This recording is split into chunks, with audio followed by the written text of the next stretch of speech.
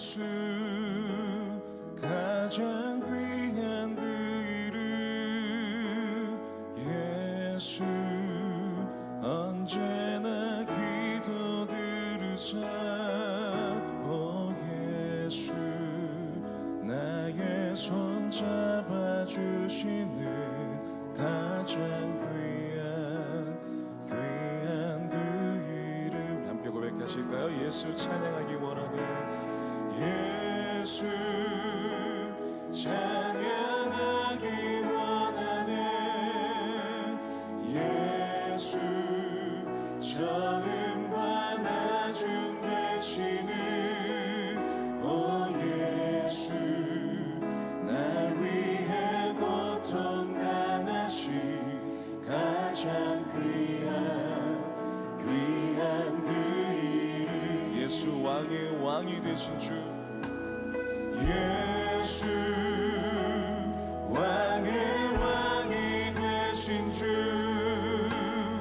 예수 당신의 끝없는 사랑 오 예수 목소리 높여 찬양해 가장 귀한 다시 한번 1절부터 고백하실까요? 예수 가장 귀한 그 이름 예수 가장 귀한 그 이름 예수 언제나 기도 들으사 오 예수 나의 손 잡아주시는 가장 귀한 그 예수 찬양하기 원하네 예수 찬양하기 원하네 예수 처음과 나중 되시는 오 예수 날 위해 고통 당하신 가장 귀한 그 예수 왕이 되신 주 예수 왕이 되신 주 예수 당신의 끝없는 사랑 오 예수 목소리 높여 찬양해 가장 귀한 그 십자가 내가 처음 볼 때 십자가 내가 처음 볼 때에 나의 맘의 큰 고통 사라져 오늘 믿고서 내 눈 밝았네 참 내 기쁨 영원하고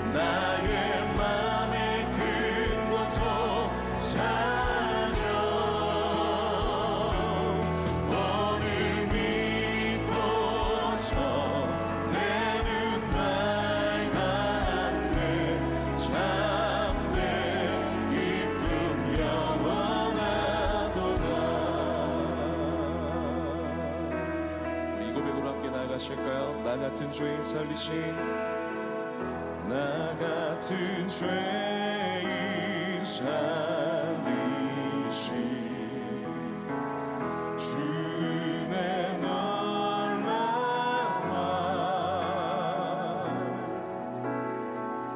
잃었던 생명 찾았고 광명을 얻었네. 큰 죄악에서 던지신, 큰 죄악에서 던지신 주의 고마워.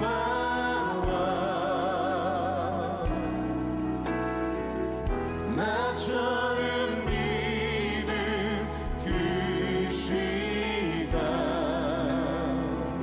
귀하고 귀하다.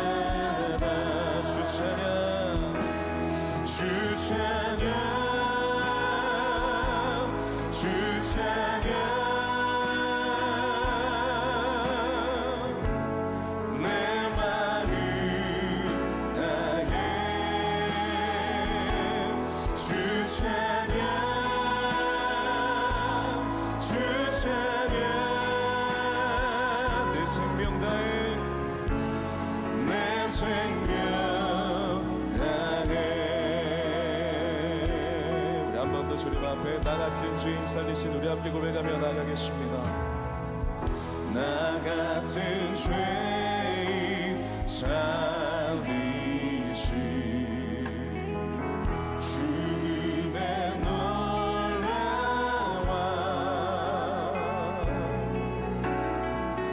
잃었던 생명 찾았고 광명을 얻었네. 큰 죄악에서 던지신, 큰 죄악에서 던진 그 주의 고마워, 주의 고마워.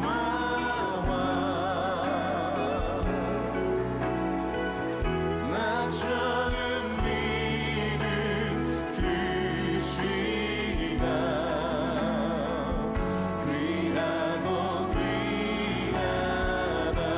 주 찬양, 주 찬양, 주 찬양. 내 마음 다해 주 찬양, 주 찬양. 내 생명 다해, 내 생명 다해. 한 번 더 고백했을 때 우리 목소리 높여 주님 앞에 이제껏 내가 산 것도, 이제껏 내가 산 것 주님의 은혜라, 주님의 은혜라.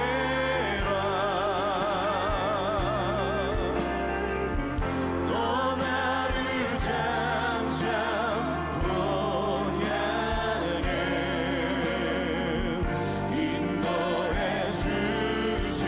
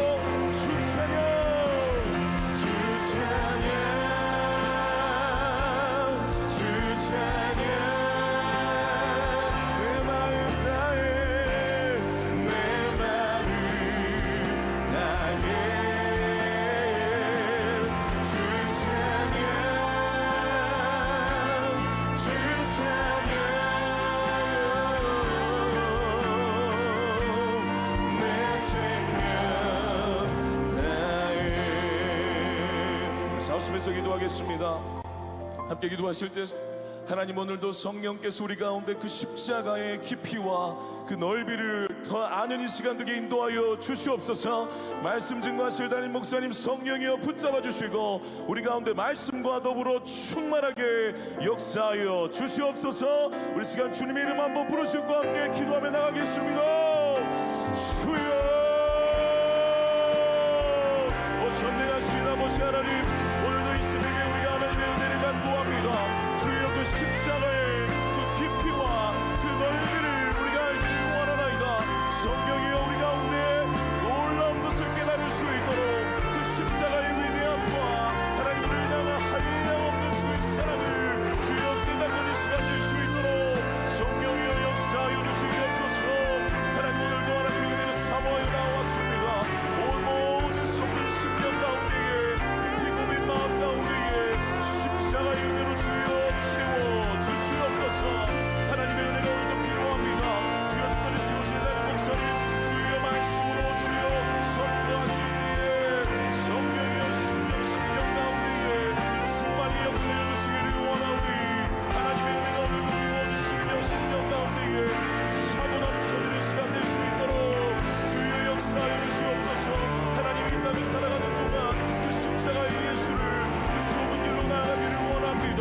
우리의 힘과 능력으로 감당하시옵사오니 성령께서, 오늘도 성령께서 우리 가운데 한 말씀 허락하사 하나님 그 말씀 붙잡고 믿음의 길로 나아갈 수 있도록 하나님, 우리 또 영혼이 변화될 수 있도록 주여 역사하여 주시옵소서. 그 은혜가 우리에게 필요합니다. 하나님, 오늘도 말씀과 더불어 역사하는 그 그리스도의 영이 우리 모든 심령 가운데에 사고로 넘치는 시간 될 수 있도록 성령의 역사에 주시옵소서. 십자가를 바라볼 때에 우리의 어두워졌던 주의 영적 시선이 주여 밝아지는 역사가 있게 하여 주시옵소서. 그 십자가의 예수가 하나님 우리의 심령 가운데 찾아오사 우리 모든 어둠을 넣어주시고 빛으로 비추시는 이 새벽 될 수 있도록 성령 하나님 역사해 주시옵소서. 하나님의 은혜가 아니고 수여온 우리가 이 광야와 같은 인생을 주여 살아갈 수 있겠나이까. 하나님 감당하시는 믿음과 힘을 더하여 주셔서 하나님 이 십자가의 예수를 바라보고 오늘도 말씀과 하나님 가운데 신망의 모습을 성령의 역사로 말미암아 하나님 세우시고 붙드시고 인도하심을 경험할 수 있도록 주의 은혜가 오늘도 필요합니다. 사모하는 모든 심령들 가운데에 하나님 그 말씀을 하나님 좋은 것과 같은 마음 주셔서 그 말씀이 떨어질 때에 주여 30일 60일의 열매를 맺을 수 있도록 성령이 우리의 수많은 땅을 구경하여 주시고 십자가의 은혜로 말미암아 충만히 붙이시는 주의 은혜가 임할 수 있도록 주여 역사하여 주시옵소서. 하나님, 오늘도 심령들 가운데에 각 구덩이를 저물마다 하나님께서 말씀과 더불어 함께 역사하여 주시며 그 선하신 주의 은혜가 심령 가운데 무엇이든 놀라운 역사의 말씀입니다. 사랑하는 주님, 고난주간을 맞아 우리로 하여금 또 특별한 기도의 시간을 허락하시고 또 주님의 십자가의 은혜를 사모하며 나오게 하신 주님 감사를 드립니다. 이 새벽에도 우리에게 말씀해 주시고 또 십자가의 그 깊은 은혜의 세계 안으로 들어가는 시간 되게 하여 주시옵소서. 우리의 죄악을 위하여 친히 갈보리 언덕에 매달리시고 물과 피를 흘리시며 온몸이 찢겨지신 그 주님의 십자가의 고난으로 인하여 우리가 구원을 얻게 하시고 죄의 용서함을 받게 하시고 하나님의 사랑을 입는 자녀로 살게 하신 그 크고 놀라운 사랑에 다시 한번 감격하고 우리의 처음 신앙으로 돌아가는 복된 시간 되게 하여 주시옵소서. 주님을 처음 만났을 때 그 감격과 기쁨을 회복하는 이 기간이 되게 하여 주시옵시고, 십자가의 그 신비를 깨달아 알아가며 그 십자가의 길을 따라가는 저희들 될 수 있도록 인도하여 주시옵소서. 십자가로부터 멀어졌던 우리의 신앙이 있다면 다시 한번 우리를 회복시켜 주셔서 십자가의 그 신앙으로 단단하게 무장하여 이 세상을 능히 이기고도 남는 역사가 일어나게 하여 주시옵소서. 그리스도께서 우리를 위하여 십자가의 죽으심으로 우리의 모든 질고와 슬픔과 우리의 연약함들이 떠나가게 하시고, 주의 능력에 사로잡혀 이제 죄의 종이 아니라 의의 병기로 우리의 삶을 아름답게 올려드리는 복된 삶이 되게 하여 주시옵소서. 오늘 또 우리의 모든 기도와 우리의 간구와 찬양을 주님이 홀로 받으시고 주님께만 영광되는 이 새벽 되게 하여 주시옵소서. 말씀을 통하여 큰 은혜를 주시기를 소원하옵고 예수님의 이름으로 기도하옵나이다. 아멘. 자, 누가복음 9장 23절로 25절 세 구절입니다. 누가복음 9장 23절로 25절 제가 읽겠습니다. 또 무리에게 이르시되 아무든지 나를 따라오리거든 자기를 부인하고 날마다 제 십자가를 지고 나를 따를 것이니라. 누구든지 제 목숨을 구원하고자 하면 잃을 것이요 누구든지 나를 위하여 제 목숨을 잃으면 구원하리라. 사람이 만일 온 천하를 얻고도 자기를 잃든지 빼앗기든지 하면 무엇이 유익하리요. 아멘.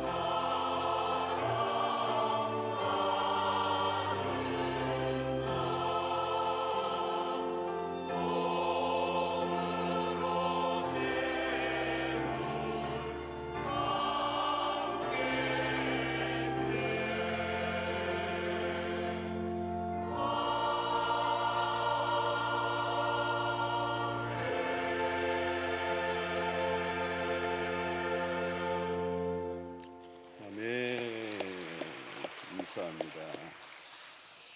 우리 어린이들을 위해서 우리 박수 한번 치겠습니다. 감사합니다. 어제 초등부 2학년인데 남자친구인데 이 두 바닥을 꽉 메워가지고 했다. 어제 설교를 어떻게 알아들었는지 다 받아 적어가지고 이렇게 누가 카톡으로 보냈는데 대단해요. 말씀을 잘 듣고 있습니다. 이게 스며드는 거거든요. 제가 이제 특세를 10몇 년 동안 했는데 초기에 앉아 있던 친구들이 벌써 대학도 졸업했어요. 지난번에 특세 퀴즈라고 그러더라고요. 아마 이제 앞으로 여기에서 한번 우리 수영목의 100년을 이끌어갈 인재들이 여기 다 나올 거예요. 100년을 이끌어가는 여기에서 다 있습니다. 4대 정도는 안 될 것 같고 한 5대 단위 목사가 여기 있을 거야. 가능성이 있습니다. 가능성이 은혜 받고 그때 내가 새벽에 갔어. 근데 아이들이 새벽에 일찍이 나오는 게 어려운데 새벽에 나오는 걸 그렇게 좋아한대요. 부모님들이. 저녁에 안 자면 내일 새벽에 안 데려간다 그러면 딱 잔다고 그러네. 신기한 일입니다. 자, 우리가 십자가를 이제 묵상하고 또 예수를 따라가는 길, 고난의 십자가의 묵상을 하다 보면 이 메시지들이 만만하지가 않습니다. 만만하지가 않아요. 좀 센 말씀이잖아요. 어제도 얘기했지만 레디컬하다. 아주 우리의 삶을 전복적으로 뒤집어 놓는 것이기 때문에 받아들이는 게 어려워요. 이렇게 사는 게 어려운 건 거죠. 우리가 이 말씀대로 살았다면 여기 있지 않을 거예요. 어쩌면 우리의 인생이 완전히 다른 인생이 되는데 가는 게 어려운 거예요. 근데 이제 이런 고난 주간을 통하여서 이 십자가를 묵상하고 좀 세지만 이 말씀을 이제 소화해내려고 애를 써야 됩니다. 우리 몸도 그렇잖아요. 운동을 안 하면 이게 다 굳어 있어요. 굳어 있어. 그러니까 막 속들이 다 굳어 있는데 그 굳어 있는 거를 이제 좀 이제 풀려고 그러면 이제 요즘 공으로 그렇잖아요. 그죠? 공 같은 걸로 막 굴리기도 하고 그러대요. 그래서 막 만지면 통증이 와요. 그 풀려고 하면 안쓴 근육들을 이제 만지니까 통증이 옵니다. 지금도 이제 이런 십자가 메시지는 우리에게 통증을 가져다 줘요. 아파 힘들어. 그래서 그래도 받아야 돼요. 그래서 내가 사는 길이고 우리 그렇잖아요. 알지만 행동하지 못하는 경우가 많아요. 우리 몸에도 몸에 좋은 걸 먹으면 그게 건강에 이롭다고는 거 아는데 그건 잘 안 먹고 브로콜리 이런 거 잘 안 먹고 이렇게 좀 맛있는 걸 먹고 싶어 하잖아요. 입에 즐거운 거. 근데 이제 몸을 망가뜨리는 거잖아요. 그러니까 내 듣기 좋은 메시지는 우선 위로는 되는데 깊은 세계의 위로를 못 주는 거거든요. 이 세상에 주는 것들이 다 그런 거잖아요. 박하산 마시면 뭐 피로 회복이 잠시는 될지 모르지만 근본적인 원인이 해결이 안 되는 거예요. 그래서 말씀을 이 십자가 메시지는 듣기는 힘들어도 우리가 잘 소화해내려고 애를 쓰다 보면 또 그것이 우리의 신앙의 건강에 큰 도움이 될 것입니다. 자, 우리가 십자가 앞에 선다는 것은 쉬운 일이 아닙니다. 십자가를 이렇게 정면으로 마주한다는 건 부담스러운 것입니다. 그러나 우리가 십자가를 거부하고 신앙생활을 한다는 것은 불가능합니다. 자, 우리 신앙에서 가장 중요한 것 중에 하나는 변화예요. 변화가 가능한가? 어떤 껍데기의 변화가 아니라 내면의 변화가 진짜 가능한 건가? 목회의 늘 목회자의 숙제 중에 하나예요. 이게 진짜 사람이 변하는가? 이 질문을 늘 해요. 30년, 40년 교회를 다녔는데 저 정도인가? 또 이 정도인가? 이제 이렇게 보는 거죠. 목사로 사는데도 이 정도인가? 이제 이런 고민을 하는 거잖아요. 이 변화를 한다면 그 변화는 어디로부터 오는 것인가? 그 변화를 얘기할 때 우리는 언제나 십자가를 가져올 수밖에 없습니다. 십자가가 변화의 능력을 가지고 있기 때문에. 결국은 우리의 신앙의 변화는 십자가와 정면으로 부딪혀야 변화가 일어나는 겁니다. 다른 거로는 뭐 아무리 도덕적인 마태복음 5장, 6장, 7장의 산상수훈을 아무리 이해해도 그렇게 사라지지가 않아요. 그러니까 안다고 되는 것도 아니고 또 그런 어떤 도덕률이 우리의 삶을 변화시킬 게 아니고 2000년 전에 죽으셨던 예수 그리스도의 십자가와 정면으로 부딪히는 이제 인카운터가 일어나야 이제 변화가 일어나는 것입니다. 그래서 십자가는 단순한 교리가 아니라는 거죠. 교리. 나를 위해서 십자가에 죽으셨구나라고 하는 이게 머리로 이해하는 이론, 무미건조한 이론이 아니라는 겁니다. 십자가는 우리의 삶을 바꿔놓는 그런 능력이 있습니다. 자, 우리가 다루는 십자가의 길은 근데 이 세상 사람들이 걸어가는 것과 완전 반대의 길입니다. 반대의 길이요. 그래서 우리가 십자가를 묵상하면 우리가 사는 방식이 아니구나, 이게 아니구나, 이걸 깨달아야 되는 거죠. 자, 오늘 23절에 또 무리에게 이르시되 아무든지 나를 따라오려거든 자기를 부인하고 날마다 제 십자가를 지고 나를 따를 것이니라. 이제 제자도의 아주 핵심 구절이 되는 명구절입니다. 십자가의 길을 가는 것은 예수를 따라가는 삶의 첫 번째 우리 오늘 생각할 것은 자기를 부인하라는 겁니다. 자기를 부인하라. 자, 여기 자기는 뭘까요? 자기를 부인하라라고 할 때 자기는 자아, 셀프, 에고, 그죠? 에고센트릭, 자아 중심. 그러니까 죄성을 가진 자. 이 자아는 언제나 자기 자신에게로 기운다는 거예요. 그죠? 그게 우리의 삶에 늘 부딪히는 부분입니다. 그래서 우리는 언제나 자기에게로 향해 있어요.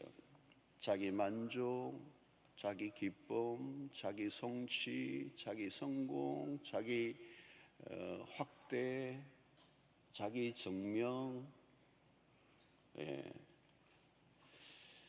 자, 이러면 이것이 왜 문제가 되면 왜 자기를 부인하라고 그러는 겁니까? 그 자아가 그리스도와 그리스도의 십자가를 거부하기 때문에 그렇습니다. 자아는 항상 하나님으로부터 등을 돌리고 독자적인 삶을 살려고 하는 것입니다. 자, 여러분 세상을 보면 자신을 더 확장시키는 일에 몰두합니다. 나라는 존재를 더 극대화시키는 작업, 거기에 모든 걸 다 쏟아넣습니다. 자, 예수님 시대의 바리새인들은 종교적 열심으로 그렇게 했습니다. 종교적 열심을 하는 이유가 자기를, 그죠? 자기를 드러내는 거예요. 자기 의를 만들어내는 거예요. 사실 예수님의 시대의 바리새인들의 열심을 우리가 따라갈 수가 없습니다. 그리고 그 열심은 대단히 좋은 것입니다. 문제는 그 열심의 동기. 그 열심을 통해서 자기 의를 주장하기 시작합니다. 자기 의를 주장하면 어떻게 돼요? 그 자기 의를 주장한다는 말은 그들에게는 예수가 필요 없는 것입니다. 그런데 예수님이 그들에게 그들의 의를 해칠한 무덤이라고 책망을 했습니다. 그래서 노골적으로 이 화잇을 찐저 예수님이 공격하셨죠. 왜 그렇게 예수님이 분노하셨습니까? 그들의 열심이 하나님의 십자가의 대적이었기 때문에, 원수가 되었기 때문에. 결국은 그들의 열심이 만들어낸 의로 예수 그리스도를 죽이고 말죠. 이렇게 인간의 열심이 무서운 겁니다. 주님은 제자들에게 오늘 지금 그 말씀을 하는 거예요. 오늘 이 구절, 오늘 읽었던 이 구절을 그들의 염두에 두고, 바리새인들을 염두에 두고, 너희들은 그들과 같이 그렇게 하지 말라는 거예요. 바리새인들이 걸었던 것과 같은 그 길을 걷지 말고 다른 길을 걸어라. 너희들이 나를 따라오려거든 너 자신을 먼저 부인해야 된다. 그러니까 그리스도가 가셨던 십자가의 길을 걷고자 하면 자기 부인이에요. 자기 부인. 이 주님이 가르쳐 주신 말씀입니다. 너희들은 너가 멋진가를 증명해내기 위한 삶이 아니고 너를 부정해야 된다. 그게 바로 십자가다. 그래서 증명하려고 하면 여러분 이 세상에 증명하려고 하는 사람은 죽을 수 없어요. 나를 증명하기 위해서 다른 사람을 이겨야 되고 죽여야 되는 거예요. 그런데 십자가는 전혀 다른 방식이라는 것입니다. 자, 그래서 이 자기를 부인한다라고 하는 것을 오늘 이제 한 세 가지로 이제 나누어서 생각하겠는데, 첫 번째는 자기를 부인하는 것의 삶의 구체적인 것은 뭐냐? 이기심을 버리는 것이다. 자아의 중심적 삶을 포기하라. 그래서 죄의 속성이 무엇입니까? 이기심입니다. 그래서 어거스틴은 죄를 규정하기를 자기 자신에게로 심하게 휘어진 상태, 자기에게로 구부러진 상태, 그걸 죄라고 규정을 했습니다.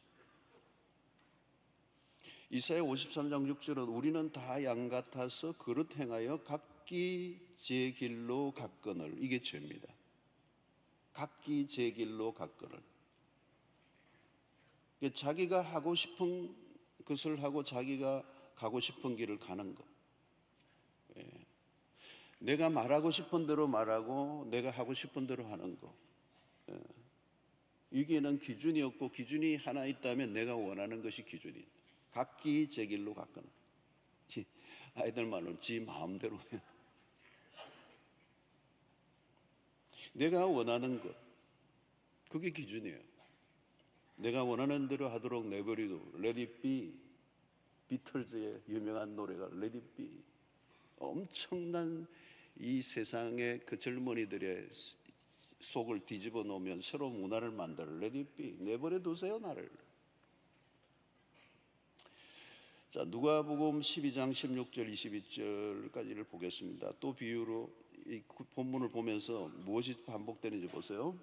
또 비유로 그들에게 말하여 이르시되 한 부자가 그 밭에 소출이 풍성하며 심중에 생각하여 이르기를 내가 곡식 쌓아둘 것이 없으니 어찌할까 하고, 또 이르되 내가 이렇게 하리라.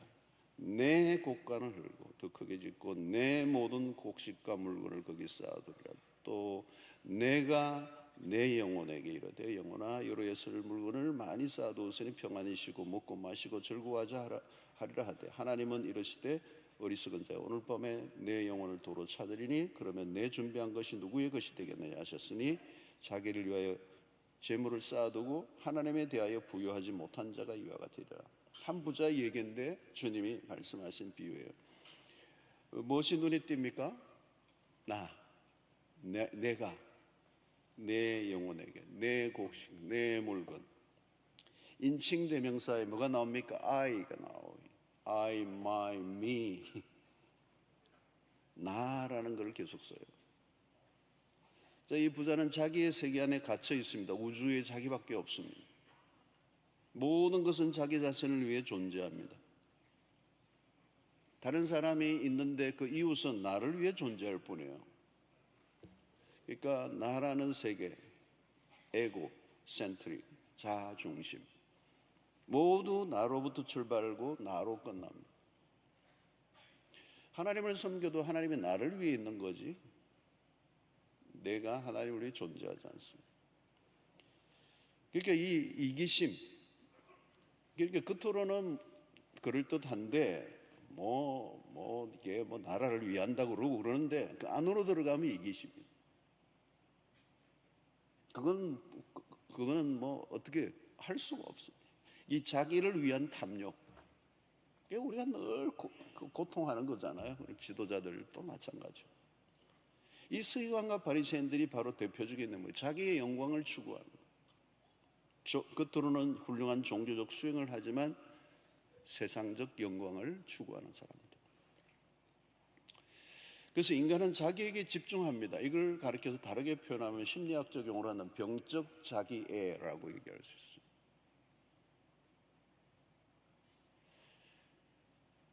오늘 이 시대는 어느 때보다도 이런 이기심이 극대화된 시대입니다. 내가 내 마음대로 사는 거죠. 내가 남자로 살든 여자로 살든 내버려 두라는 거. 요즘 그렇잖아요. 내가 아내가 아닌 다른 여자와 살든 말든 관여하지 말라. 이 자기 만족, 자기 자신이 신이 되어 있는 것, 내가 나를 위하여 살아가는 것. 왜 돈을 벌죠? 왜 권력을 가지려고 합니까? 나를 위하여. 힘을 가지려고 하는 이유는 자기 자신을 위해 자아 만족, 자기 성취, 자기 즐거움을 추구하는, 성공을 추구하는 것 자체를 뭐라고 할 수 없습니다. 문제는 왜 성공하려고 하는가? 나의 만족과 기쁨을 추구하는 것을 위해서 성공한다면 어떻게 될까요? 내가 성공할수록 다른 사람들은 더 나의 만족을 위한 도구화가 되는 것입니다. 여러분, 이기적인 사람이 돈을 가질수록 더 이기적인 존재가 됩니다. 이기적인 사람이 힘을 가질수록 수많은 사람들을 학대하고 죽이는 일을 하는 거예요. 이기적인 사람이 이기적으로 살아가는 순간 정의는 무너집니다. 이기적인데 어떻게 정의가 가능합니까? 공의가 가능합니까? 공의는 이미 깨진 겁니다. 이기적이기 때문에. 세상의 혼란에 빠지는 거죠. 세상의 혼란이 빠지고 고통 속에 있는 것은 결국은 인간의 이기심에서 출발하는 것입니다. 그래서 여러분, 예수를 따라가는 삶은 철저히 자아중심에서 이기심에서 이타심으로 넘어가는 거예요. 여러분, 우리는 이기적인 삶이 몸에 배어 있습니다. 우리도 모르게 그게 죄입니다. 자기중심적으로 뼛속까지 깊이 자기중심적. 결혼한 부부가 왜 그렇게 힘들어합니까? 이기심의 충돌입니다. 딴 게 없습니다. 딱 한마디예요. 이기심의 충돌입니다. 나 중심적이에요. 모든 해석을 나 중심적으로 하니까 두 사람이 어떻게 안 싸울 방법이 없습니다. 그게 확대되면 사회로 나가면 그냥 이게 이제 뭐 다양한 논리로 이념으로 하는데 이게 그 안으로 들어가면 이기심이 있습니다. 뼛속까지. 일평생의 작업이죠. 자기 자신에게로 심하게 기울어져 있는 것을 끊고 이웃을 향해 의도적으로 사랑을 베풀어가는 이 과정이 우리 일평생에 걸쳐서 끊임없는 노력을 하면 어느 정도 내가 나를 기쁘게 할 때와 비교가 안 되는 기쁨을 경험해 볼 수 있어야 되는 거죠. 여러분, 내가 나를 위하여 내 만족을 위해서, 내 기쁨을 위해서 추구할 때 찾아올 수 있는 기쁨이 있죠. 그런데 그 기쁨은 질이 낮은 거라고. 그래서 빌립보서 2장 4절을 보면 각각 자기 일을 돌볼 뿐더러 또한 각각 다른 사람의 일을 돌보아 나의 기쁨을 충만하게 하라. 나의 만족과 즐거움을 위한 것들은 허접한 기쁨들이에요. 금방 사라져버리는 거죠. 그냥 사라져버리는 것으로 끝나는 게 아니에요. 질 낮은 즐거움에 빠지면 결국은 그게 중독으로 가잖아요. 여러분, 이 자아라는 것은 괴물입니다. 괴물이에요. 자기를 섬기라고 아우성을 치는 겁니다. 내면에서. 이 괴물이 소리를 지르는 거예요. 너를 만족시키라고. 너가 원하는 걸 지금 빨리 해결하라고. 그래서 내 안에 있는 모든 에너지와 모든 열심과 정성을 다 쏟아 자기를 만족시키기 위해 살라고 그냥 보채는 거예요. 보채는 가오스. 그런데 그걸 계속 기쁘게 하려고, 자기 기쁘게 하려고 일평생 몸부림치다가 죽는 거예요. 여러분, 내가 나를 기쁘게 하고 만족하려고 하면 할수록 불행해지는 거예요. 내가 나를 만족시킬 수도 없어요. 밑빠진 독이에요. 결혼 생활이 왜 불행해지는 겁니까? 돈이 부족했어요? 아니에요. 집이 좁아서? 아니에요. 지독한 이기심이에요. 사실은 들여다보면. 이 이기심을 해체만 한다면 여러분 어디서 살든 상관없습니다. 이 지독한 이기심이라는 독성을 해독시키는 디톡스는 십자가밖에 없어요. 상대를 위해 죽어보십시오. 어떤 일이 일어나는지. 여러분, 사업도 마찬가지. 내가 돈만 벌려고 하면 될까요? 아니에요. 요즘 소비자들 똑똑해요. 보통 똑똑하지 않아요. 주머니를 함부로 열지 않습니다. 다른 사람의 성공에 희생물이 되고 싶지 않습니다. 남을 위해 내가 죽는 원리를 적용해야 돼. 이건 어디나. 살고자 하면 죽고, 죽고자 하면 살고. 아는 사람은 아는 거죠.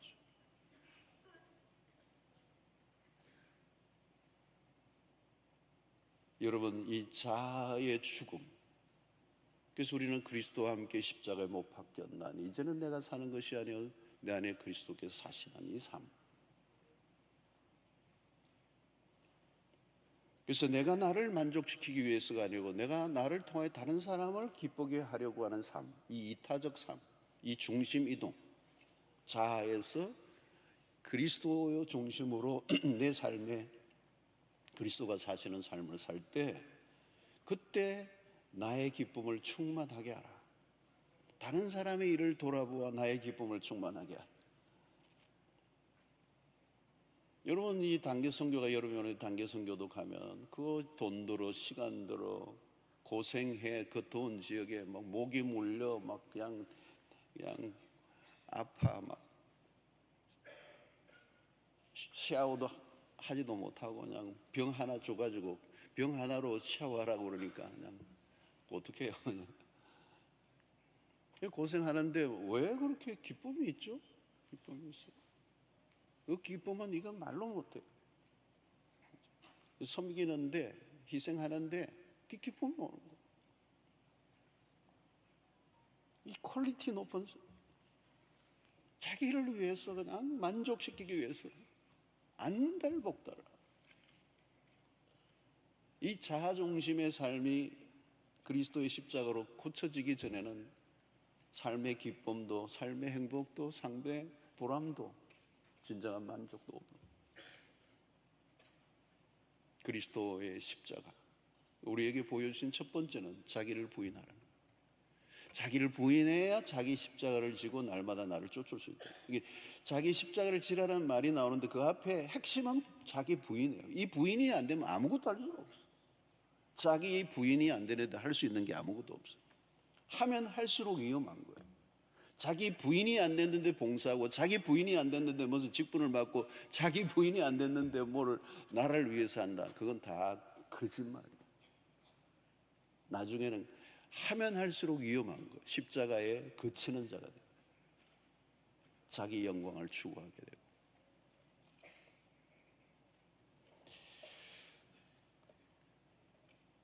자, 자기를 부인하는 첫 번째는 이기심을 버리라. 이기심과 싸워야 합니다.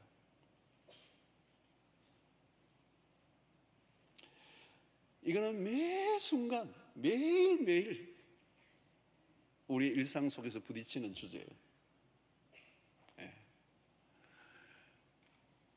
그러니까 여러분, 주차를 할 때도 그거 한번 싸워보세요. 내가 좀 더 가까이 돼야지 이러면 열받는 거예요. 희생하는 거예요.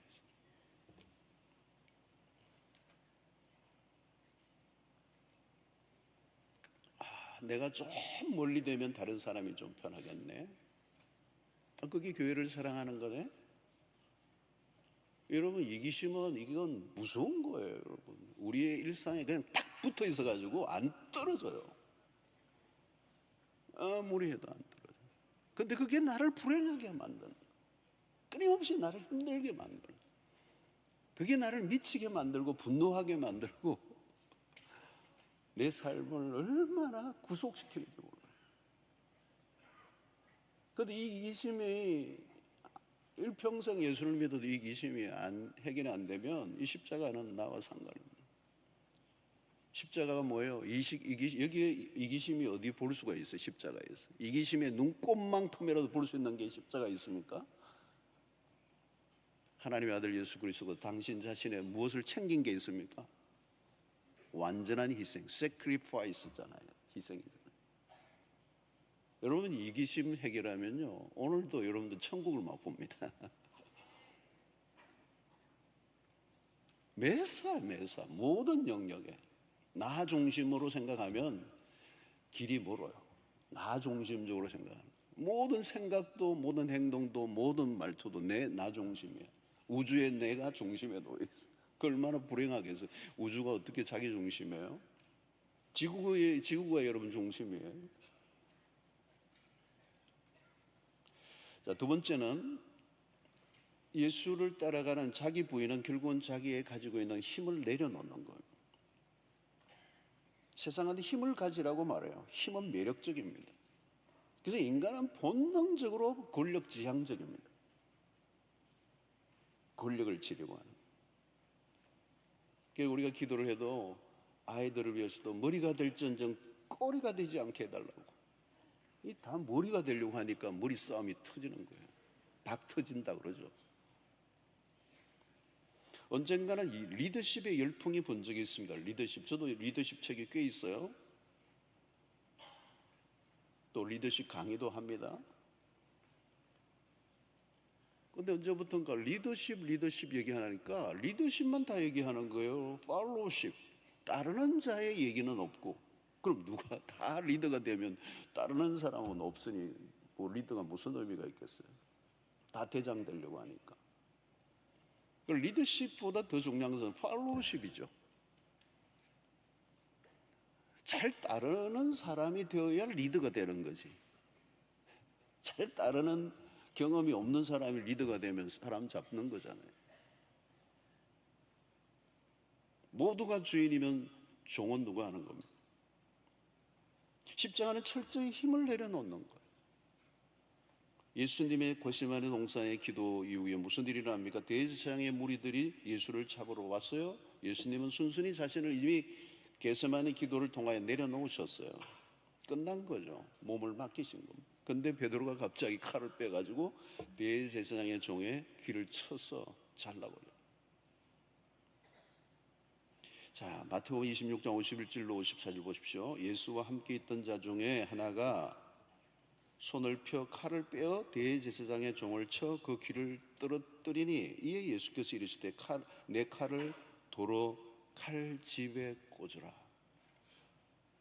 칼을 가지는 자는 다 칼로 망하느니라.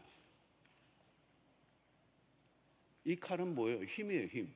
힘을 가지고 힘을 쓰는 자는 그 힘으로 망한다는 거예요. 여러분 이걸 기억해야 돼요. 힘이 좋아 보여요? 위험해요.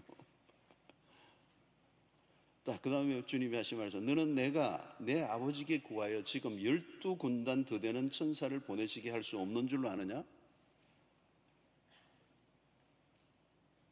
힘이 있어요. 예수님 12군단에 더 되는 영도 동원할 수 있어요. 십자가 안 질 수 있어요. 아니, 십자가 지는 자들을 다 멸하실 수 있어요. 내가 만일 그렇게 하면 이런 일이 있으리라 한 성경이 어떻게 이루어지겠느냐 하시더라. 베드로는 힘으로 주님을 도울 수 있다고 생각했습니다. 힘으로 하나님의 나라의 일을 할 수 있다고 생각했어요. 예수님이 내가 힘이 없어서 가만히 있는 줄 아느냐?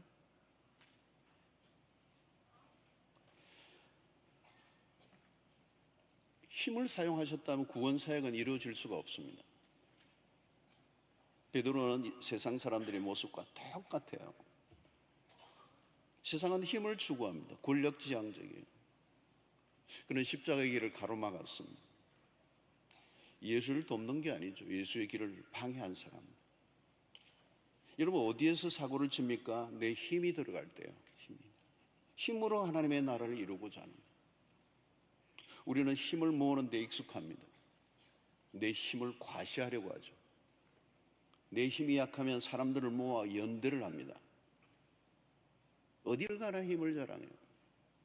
예수님의 방식은 전혀 달라요. 여러분 예수님이 힘으로 하셨다면 얼마든지 하실 수 있습니다. 오병이어 사건 이후에 예수님을 따르는 사람들이 폭발적으로 늘어나고 예수를 왕으로 삼으려고 했습니다. 여러분 그 정도의 능력이라면 사람들이 생각하기에 이제 로마의 지배에서 벗어날 수 있다고 생각했을 거예요. 이 힘의 정치학이라고 합니다. 예수님에게 기회가 될 수 있었습니다. 힘을 통해서 좀 더 효과적인 사역을 할 수 있었을지도 몰라요. 여러분 힘을 숭배하는 이유는 뭘까요? 힘이 있으면 효율적이잖아요. 생산적이고 눈에 띄는 결과를 얻어낼 수 있잖아요. 빨리. 힘은 금방 효과를 드러내요. 빠른 승부를 보려고 하면 힘이 필요합니다. 권력을 가져야 내가 원하는 대로 모든 걸 움직일 수가 있습니다. 그래서 계속 힘을 모으려고 하는 거죠. 힘을 쌓으려고 합니다. 세상이 늘 우리가 보는 방식입니다. 그래서 지배하려고 하고 군림하려고 하는 욕망이 가는. 근데 여러분, 십자가를 통하여 여기에 보여주는 자기를 부인은 뭘까요, 여러분? 이 세상의 방식을 내려놓는 거예요. 가장 위험한 순간은 언제요? 힘이 없을 때가 아닙니다.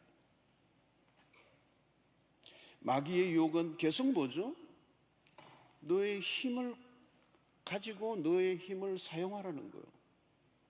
이것처럼 매력적인 게 없어요, 여러분. 힘은 엄청난 매력이에요.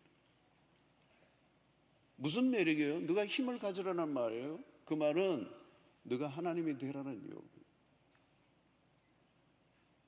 힘을 가지면요, 내가 하나님이 된 것 같아요. 오, 기분 좋죠.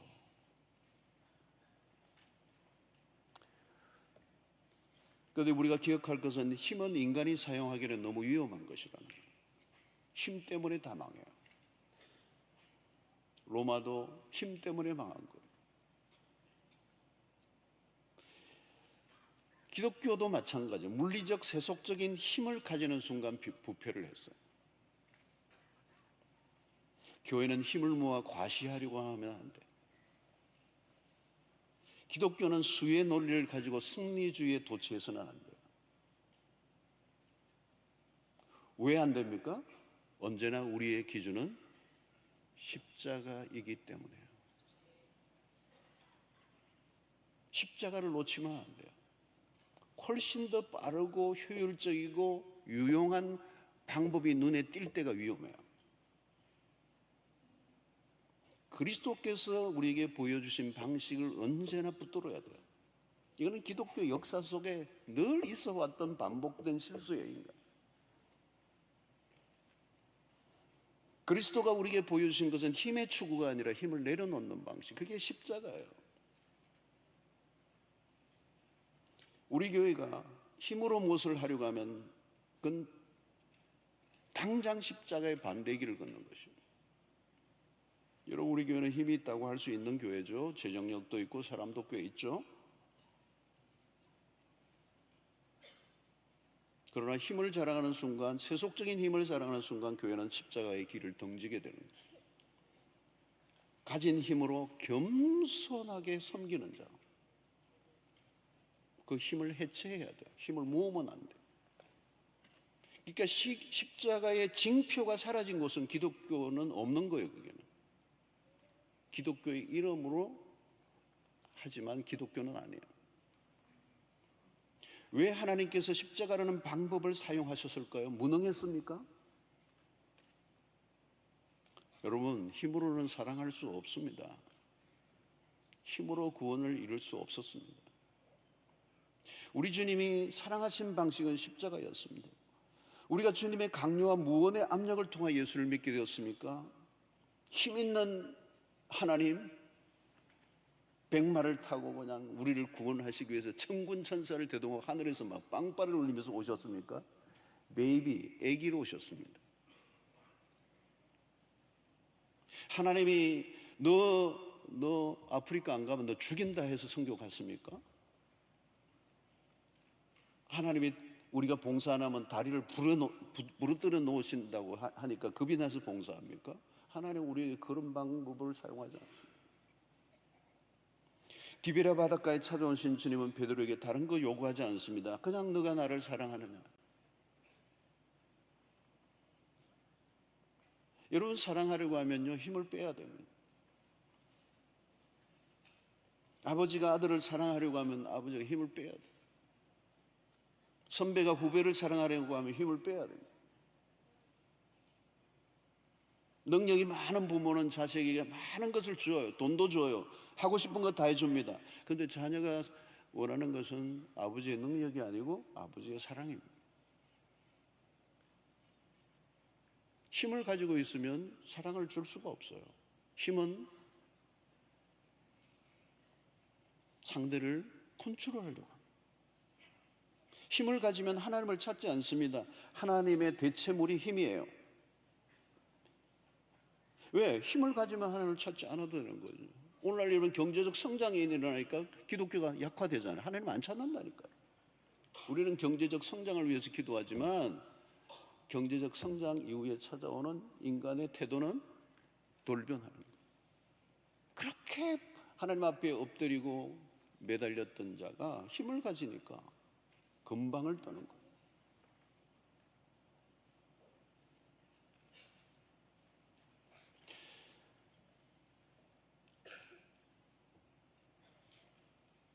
힘을 가져야 사람을 섬길 수 있는 게 아닙니다. 반대입니다. 우리는 자꾸 오해해요. 내가 힘이 있어야 하나님이 사용하실 것이라는 착각입니다. 아닙니다. 우리가 가진 힘을 빼고 난 다음에 하나님이 쓰십니다. 우리가 쌓은 힘은 언제나 하나님의 나라에 방해가 된다는 거예요.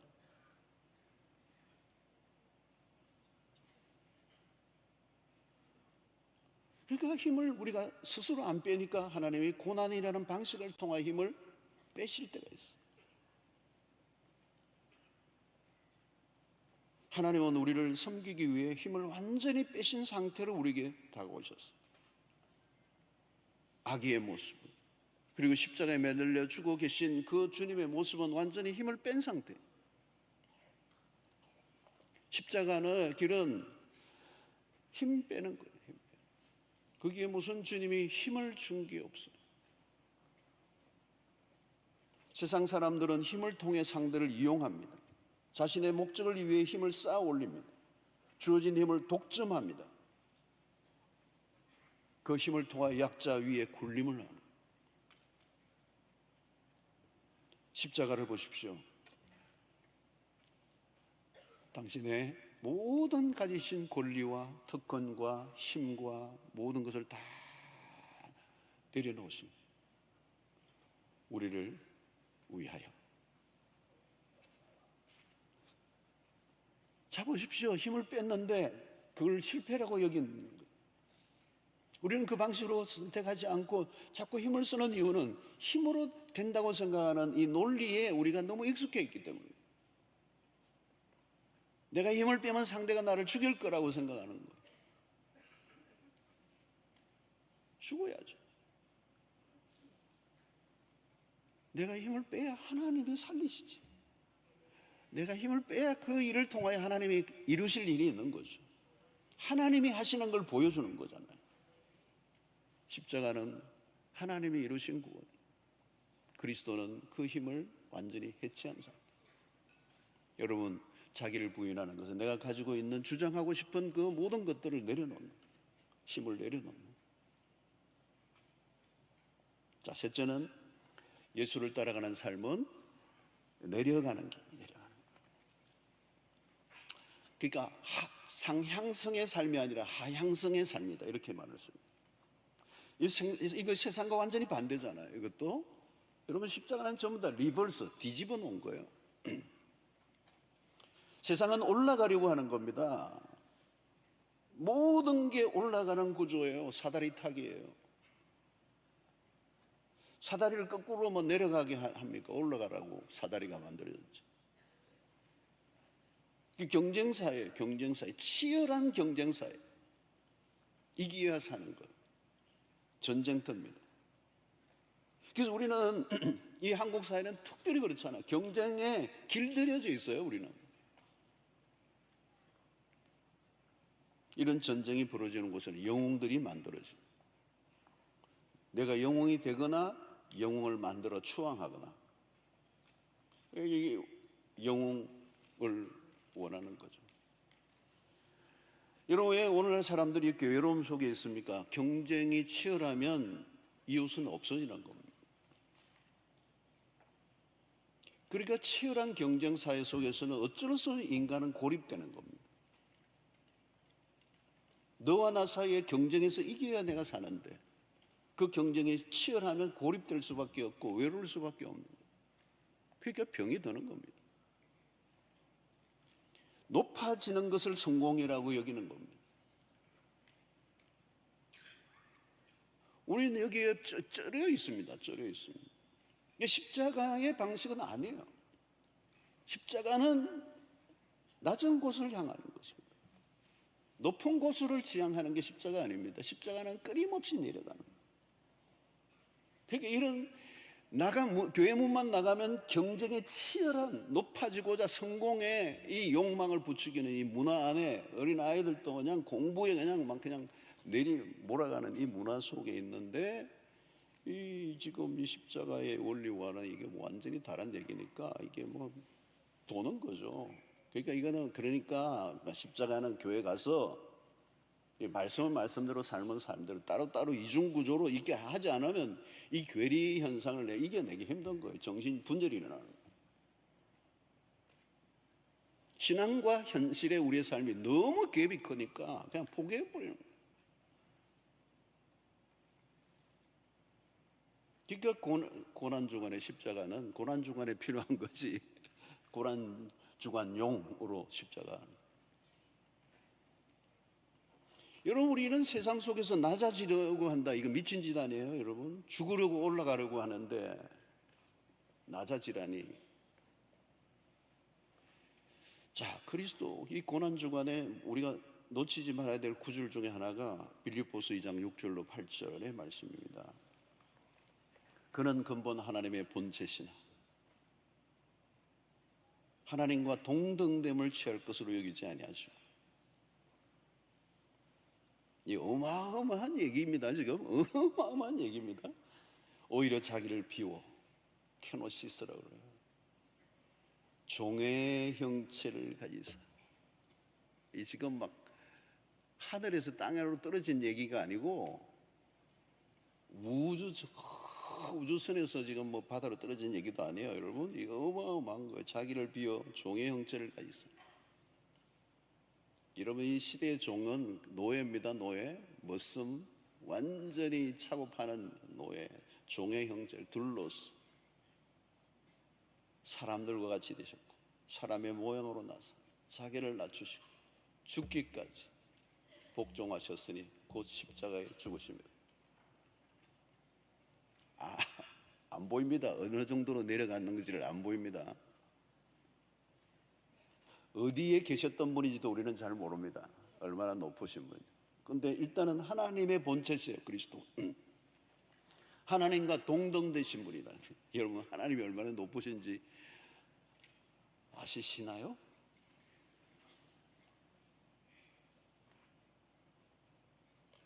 이 간단하지 않는 말씀입니다. 그리스도의 자기 비하. 이 캐나다의 그 토론토에 가면 나이아가라 폭포를 보신 분이 계시죠? 와, 어마어마한 물이 그냥 낙차를 하잖아요. 밑으로 떨어지면서 막 포말들이 막 이런다. 그 장관이에요, 장관. 그 어마어마한 물들이 아마 그 미시간이나 이런 쪽에서 있는 그 호수들에서 밀려오는 물이 막 어마어마한 양의 물이 벼랑 끝으로 떨어지는데 그 밑으로 떨어지는 모습이 장관이에요. 그 끊임없이 떨어지는 그 낙차, 그 물을 보는데 이게 장관이란 말이에요. 근데 이 오늘 본문은 그런 것과 나이아가라가는 비교가 안 되는 메시지. Amazing. 이게 예수님의 성육신 사건이잖아요. 어떻게 낮아지셨어요? 7가지를 얘기해요. 여기 자세히 보면 하나님과 본체신 하나님과 동등됨을 취할 것을 여기지 아니하시고 자기를 비우셨고 종의 형체를 가지셨고 복종하셨는데 죽기까지 복종하시고 곧 십자가에 죽으십니다. 맞나요? 7단계. 이게 자세히 보면 헬라어로 보면 7단계 완전수예요. 완벽한 자기 낮아지심. 그러니까 그리스도가 우리에게 보여주신 십자가를 통한 메시지의 선명한 이미지는 휴밀리테이션, 겸손해요.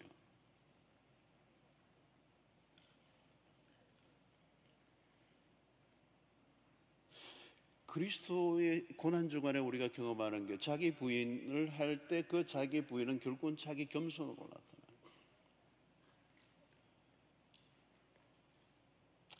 여러분, 예수님은 어떤 일에 겸손하신 분이 아닙니다.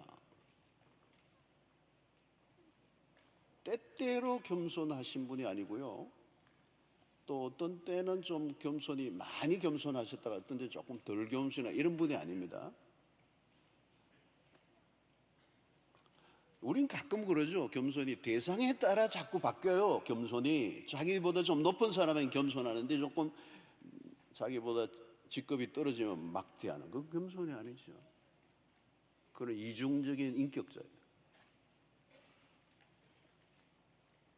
겸손의 수준을 언제든지 이렇게 바꾸는 건 겸손이 아니에요. 여러분, 향나무는 어디나 잘라도 향 냄새가 난다고 그러죠. 언제 만나도 겸손한 거. 누구에게나 겸손한 거. 부하에게도 겸손한 거. 어려워요. 존재 자체가 겸손한 거. 우리는 여러분 필요에 의해 겸손한 경우가 많아요. 자기 필요에 의해서, 자기 목적을 이루기 위해서 고개를 살짝 숙이는 거, 그건 겸손이라고 말하지 않아요. 겉으로는 겸손하게 보이지만 가장 교만한 사람이 있을 수도 있어요. 그리스도의 십자가는 겸손이 무언가를 보여줘요.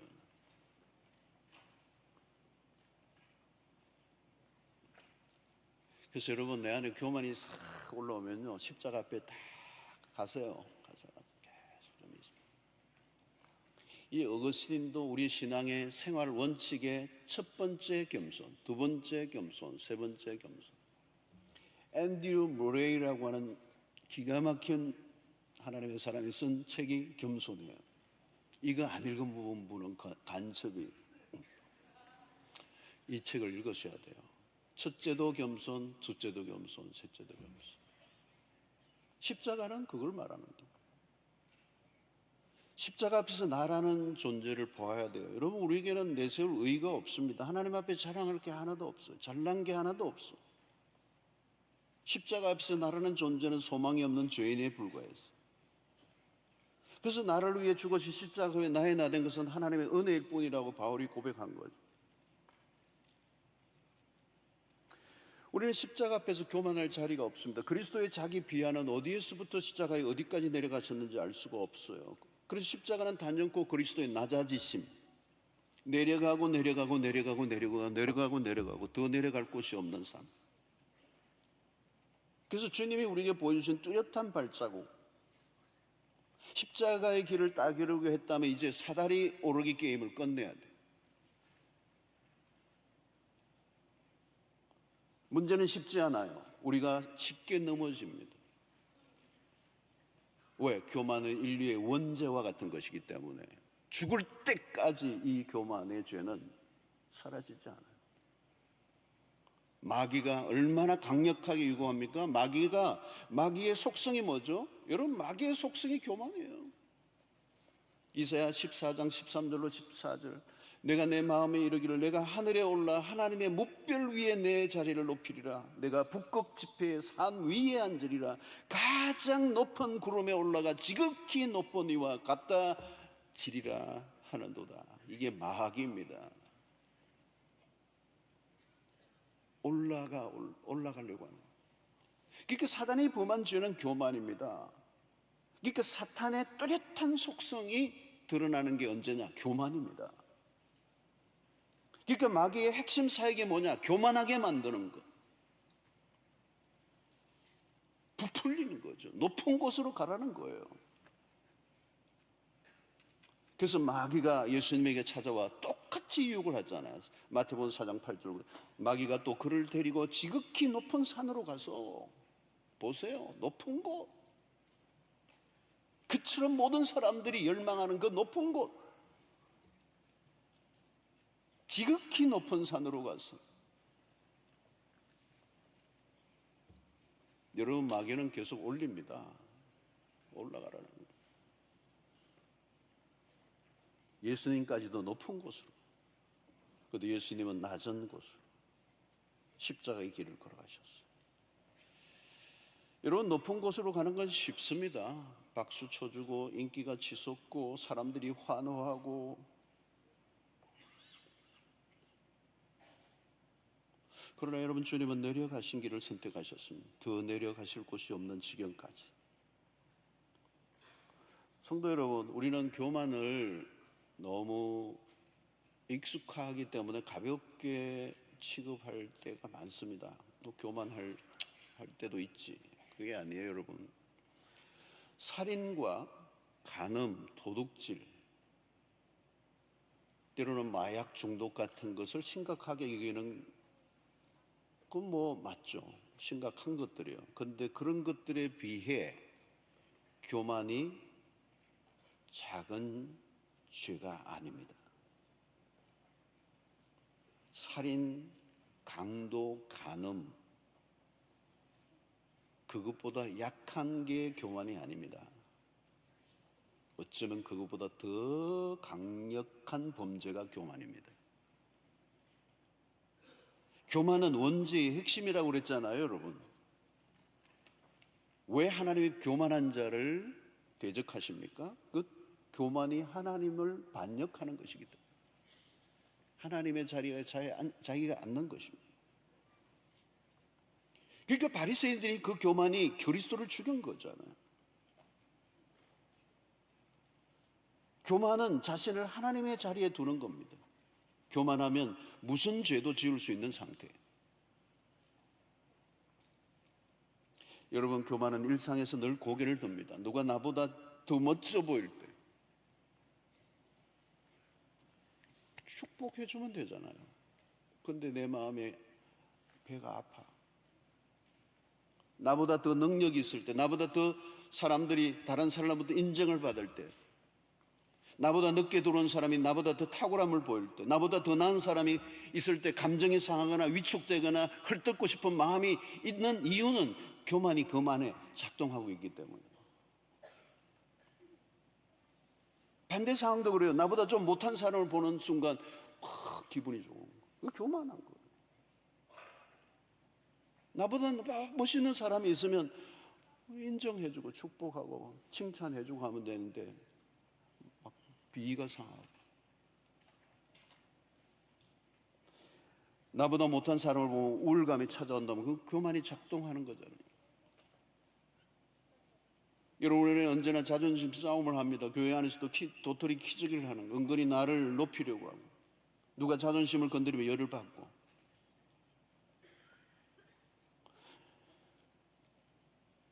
여러분, 사고가 어디에서 터집니까? 내가 교만을 가지고 있을 때요. 경쟁하고 시기 질투하고. 하나님은 우리 교만을 다루십니다. 교만하면 반드시 그 교만 때문에 사고가 나거든요. 우리의 고통의 원인은 교만입니다. 상처를 왜 받습니까? 교만하다는 뜻이에요. 왜 화를 냅니까? 언제 유혹을 받습니까? 교만을 처리하지 않으면 삶은 계속 꼬이게 돼 있어요. 왜 관계가 자꾸 뒤틀립니까? 교만한 겁니다. 그러니까 내 주변의 사람이 자꾸 떠나는 것은 교만하기 때문에. 교만은 쓸데없어요. 교만을 환영하는 것은 아무것도 없어요. 교만은 십자가를 거부하는 겁니다. 거부할 뿐만 아니라 십자가의 원수가 되는 거예요. 여러분, 우리는 올라가는 길이 아니고 내려가는 길입니다. 그래서 누가복음 14장 11절에 무릇 자기를 높이는 자는 낮아지고 자기를 낮추는 자는 높아지리라. 여러분, 내려가면 불편하십니까? 아니면 거북하십니까? 여러분, 마음을 높이면 하나님을 위해 할 수 있는 일이 아무것도 없습니다. 하나님이 맡길 수도 없습니다. 맡기면 사고 치는데요. 자기의 왕국을 세우고 자기의 영광을 추구하고. 그런데 하나님이 어떻게 맡기시죠? 여러분, 교만을 통해서 이룰 수 있는 일은, 하나님의 일은 아무것도 없습니다. 근데 여러분, 겸손해 보세요. 많은 일을 할 수 있어요. 겸손하면요, 막 불러요, 여기저기서. 마음을 낮추면 할 일이 너무 많아요, 여기저기. 강야에서 그냥 쫙 숨어 있어도 불러내세요. 근데 진짜 겸손한 사람이 많지 않아요. 쓰고 싶은데 진짜 자기의 왕국, 자기의 비즈니스를 하지 않고 하나님의 나라를 위해서만 일할 수 있는 겸손한 사람이 많지 않아요.